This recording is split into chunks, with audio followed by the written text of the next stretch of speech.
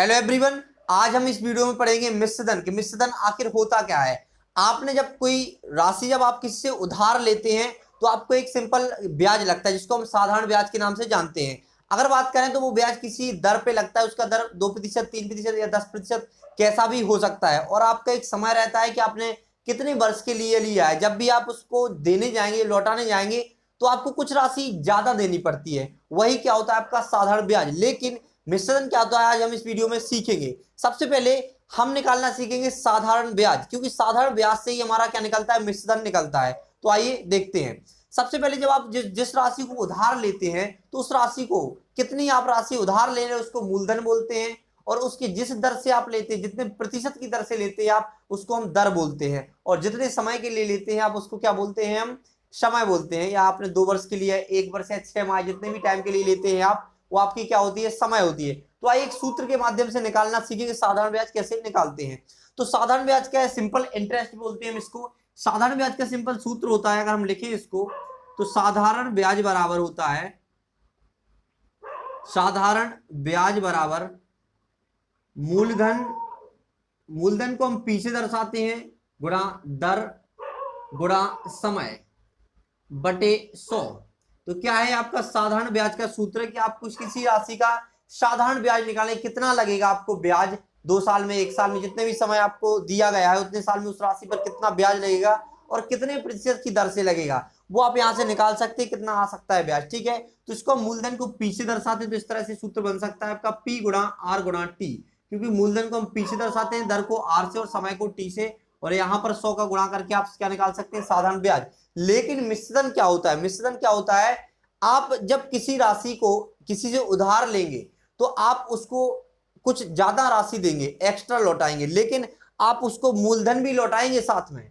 ब्याज तो आपको देना ही पड़ेगा, लेकिन आपको मूलधन भी साथ में देना पड़ेगा जितनी आपने राशि ली है। मान के चलो 2000 आपने राशि ली है और आपका 500 रुपए ब्याज आया, तो आपको टोटल 2500 रुपए लौटाने पड़ेंगे। तो जो कुल राशि आप लौटाते हैं ब्याज के साथ मूलधन को जोड़कर, वो क्या कहलाता है, आपका मिश्रण कहलाता है। अगर हम मिश्रण का सूत्र देखें तो क्या होता है, ये देखते हैं। मिश्रण होता है, मिश्रधन बराबर होता है, मिश्रधन बराबर आपका क्या होता है, ब्याज, मतलब साधारण ब्याज या सिंपल आप ब्याज लिख सकते हैं, ब्याज प्लस मूलधन।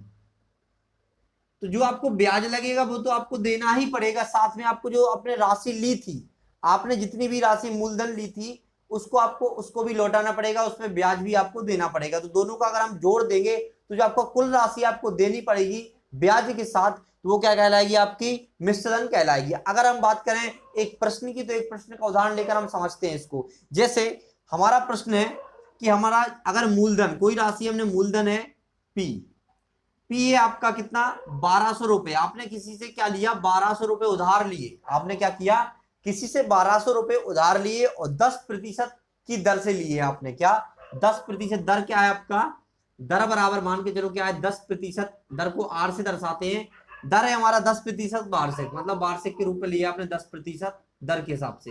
अगर बात करें कितने समय के लिए, तो मान के चलो 3 वर्ष के लिए लिए हमने, तो यहां पर समय हो जाएगा आपका टी, समय टी बराबर हो जाएगा आपका 3 वर्ष। तो यहां पर हम सबसे पहले क्या निकालेंगे, आपको क्या निकालना है, यहां पर मिश्रधन निकालना है। बोला गया है कि आप कि 3 वर्ष बाद आपका जो मिश्रधन, मतलब कुल राशि जो आपको देनी पड़ेगी वो कितनी होगी, मिश्रधन जो आपको देना पड़ेगा वो कितना होगा, क्योंकि कुल राशि, तो ब्याज जो आपको लगेगा वो ब्याज निकालो। उसके बाद जो आपको मूलधन निकला है, आपका मूलधन जो आपने लिया था, उसमें आप उस ब्याज को जोड़कर लौटाएंगे, क्योंकि मूलधन भी लौटाएंगे और ब्याज भी देना पड़ेगा आपको। तो दोनों को अगर जोड़कर जो राशि निकलेगी कुल राशि, वो आपका मिश्रधन कहलाएगा। तो ऐसे आप मिश्रधन निकाल सकते हैं। तो सबसे पहले हम इसमें क्या निकालेंगे, साधारण ब्याज। तो साधारण ब्याज का सूत्र सिंपल होता है, यहां पर लिखेंगे साधारण ब्याज बराबर पी गुणा आर गुणा टी बटे 100। यहां पर आप देख रहे हैं मूलधन आपका 1200 रुपए है और यहां पर 10% है और समय कितना है, 3 वर्ष के लिए दिया है, बटे में 100 रहेगा। जब आप इसको काटेंगे इस तरह से,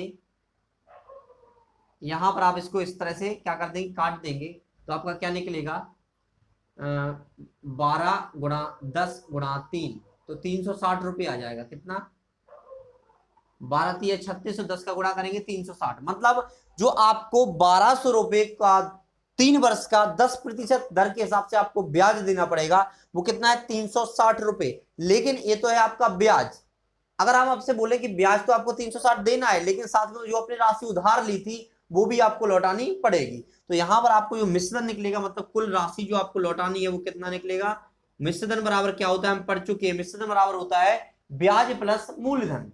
तो यहां पर हम मिश्रधन कैसे निकालेंगे वो आप देखेंगे। मिश्रधन बराबर क्या होता है? जो हमारा साधारण ब्याज निकला और उसमें जो हमने राशि मूलधन ली थी उधार, तो उसको हम लिखेंगे यहां पर। तो ब्याज कितना है? 360 प्लस आपने राशि कितना ली थी? 1200 रुपए।